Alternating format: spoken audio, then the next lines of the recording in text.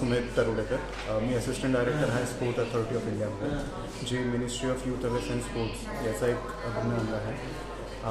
आपण ही आज press conference जी घेतली होती ती मेन होती कीर्ती या प्रोग्रामसाठी.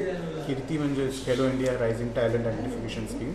यामध्ये आपण 9 ते 18 या वयोगटातील मुलांना सायंटिफिकली टेस्ट करून कुठले गेम खेळता येतील आणि त्या गेमनुसार काय काय टेस्ट हवा पाहिजे यासाठी आपण ही प्रेस कॉन्फरन्स घेतली होती. याचा मुख्य कार्यक्रम म्हणजे आपण 4 तारखेला घेत आहोत, ज्यामध्ये मुख्य अतिथी असतील श्रीमती रक्षा खडसे, ज्या केंद्रीय राज्यमंत्री आहेत, क्रीडामंत्री आहेत. त्यांच्या हस्ते या 4 तारखेला कार्यक्रमाचे उद्घाटन होईल आणि त्याच पुढील कार्यक्रम आहे की यामध्ये काय काय कंपोनंट असेल त्यासुद्धा सगळ्यांना आपल्या विभागाला नक्की सांगतो. धन्यवाद.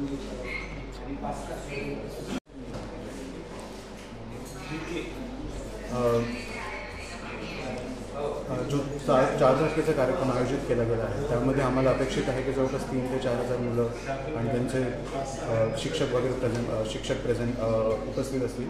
आणि त्यामध्ये आपण अपेक्षा करतो आहे की ह्या सगळ्या इव्हेंटमध्ये भरपूर मान्यवरसुद्धा या समारंभामध्ये आपली हजेरी. जे आपल्याकडे खेळाडू येतील त्यांच्यासाठी आपण जे पार्टिसिपेट करतील त्यासाठी आपण कसं पद्धतीनं ऑनलाईन का ऑफलाईन घेणार आहे, काय कसं या ज्या सगळ्या टेस्ट आहेत त्या सगळ्या ऑफलाईन होतात, पण यांचे रिझल्ट जे आहे ते कीर्ती पोर्टल आहे, जे युनिफाईड सेंट्रली मॉनिटर्ड पोर्टल आहे, त्यामध्ये सगळे अपलोड केलेले असतात आणि यामधून त्यांना स्वतःची रँकिंग जास्त कळतेच, पण त्यातल्या तुम्ही देशामध्ये त्यांच्या फिजिकल पॅरामीटरमध्ये कुठे स्टँड करतात याचीसुद्धा माहिती त्यांना मिळू शकते. त्याच्यात कुठल्या फिजिकल टेस्ट वगैरे आहेत का त्यांच्या?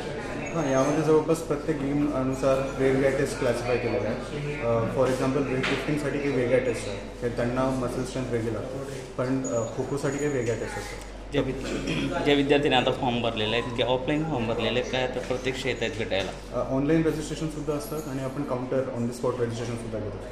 अच्छा, ओके सर, आपलं नाव? सुमेध तरुडेकर.